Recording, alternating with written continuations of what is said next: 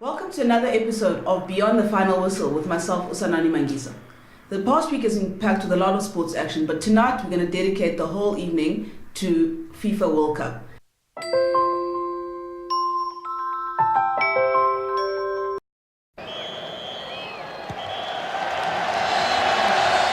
Let's bring it closer to home. We've seen the African teams doing well and some not so well. Guys, the general feeling is that it's been okay for the African teams. Some we've expected to not do well, but I think Senegal gave us a bit of hope in their last game. Mm-hmm. I think I said initially after the first few African games, I asked the question, why are we even here? And I guess that was before Senegal beat Poland. And I actually enjoyed that match because for the games that we saw before Senegal, the African teams were very defensive, and they didn't carry a threat going forward. And for the first 15 minutes, I watched that Poland game and I said to myself, you know what, Senegal are actually putting them under defensive pressure. Forget Robert Lewandowski and all of their European stars. Nigeria, or rather Senegal, were actually there to play.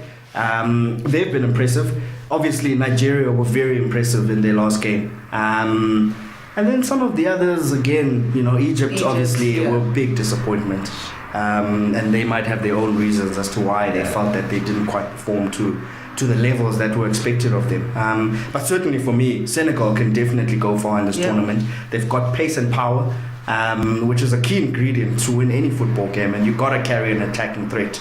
And then Nigeria also, they've got pace and power. They've got guys like Musa who on their day, if you create the chances, they can hurt you. I just always worry about the temperament of African teams, and things can go wrong very quickly. That's just my assessment. Yeah, well, the one thing that always goes wrong with African teams is that once they get to the knockouts, they have that whole bonus dispute.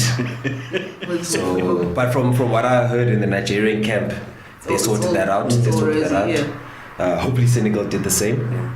And for me, African teams, it's more organization that we need to focus on. Talent is there, organization. Because if you look at the Belgians, the France, those players are African. But now they're better, they're in an organized environment, their talent can thrive. But now if, for example, Lukaku had to stay in DRC and grow up in DRC until it's now, do you think would be even be a footballer? So if now in the World Cup context, if Senegal, Nigeria, who look like the favorites for Africa, if they can maintain the organization and structure, then I don't see why not they can't go head to head with France, aka Africa United. Bafana players, are they sitting at home going, man, where did we get wrong, or why are we not there? I don't want to throw jibes here, but they're probably not celebrating, but they're in holiday mode. Yeah, no, for sure they're in holiday mode now, but everyone wants to go to a World Cup, and you would think that they all want to be there. You don't lose 2 games to Cape Verde and think you're going to qualify for the World Cup. I don't know, the less said about Bafana the better, because they've been an awful sporting team in this country for the last 20 years. So let's rather enjoy and watch Senegal and all the other teams. Senegal for me. For how many years though, Duma? It's nice to have, people are wearing their country shirts. I've been so disappointed with Bafana. I don't have a soft spot for them. Even now with the Kosafa. The one thing I hate about the World Cup is seeing other people from other countries very happy and watching them in the stands and you sitting at home and you can't even root for your own country.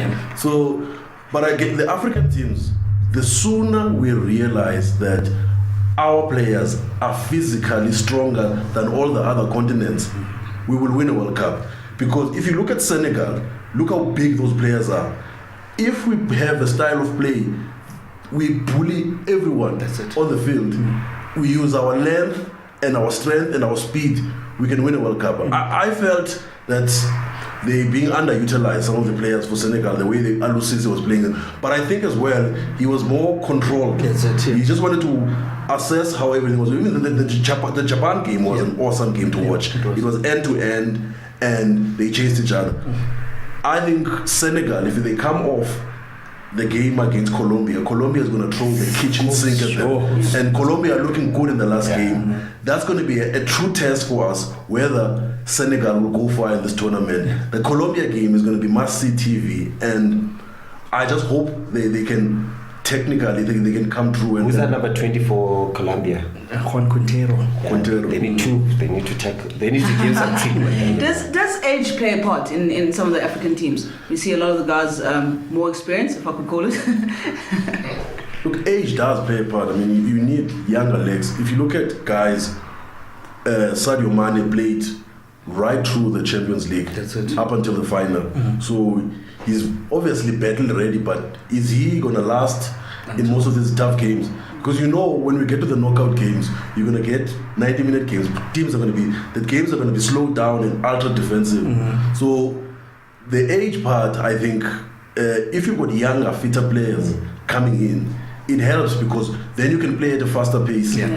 Because it's in the middle of summer and Russia is very hot. So if you've got young players and you're playing a fast game, then it suits you.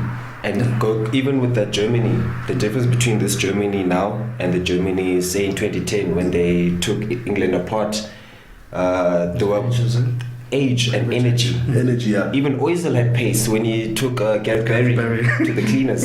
I was watching Spain and I was like, Iniesta is old, and you can't play Iniesta for 90 minutes, which is why I saw that Spain, as the management of Spain, is not handling this thing right, because you could see he was weary. The balance, Giving away the ball more than I've seen him giving the ball away in almost 10 years. In that, I think it was the first game against was it Iran? It was Portugal. Portugal, yes, yeah.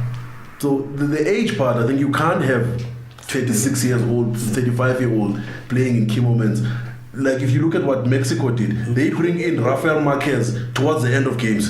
So as they had to stop. So the game is won, they bring in Rafael Marquez just to close the shop. Because he's their most experienced guy. But he can't play for 90 minutes. He can't play for 90 minutes. And I think also the quick turnarounds.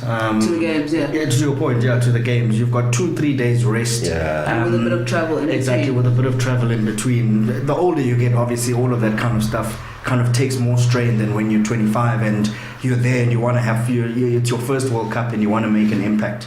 Someone like Iniesta, we use him as an example. I mean, he's won the World Cup.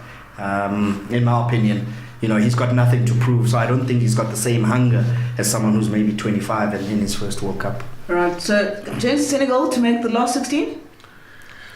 Oh, it's a difficult one. That Colombia looked good against Poland yesterday, and that my biggest worry, I think they need a draw to qualify against Colombia because they won the first game and they drew the second game, so they need a draw.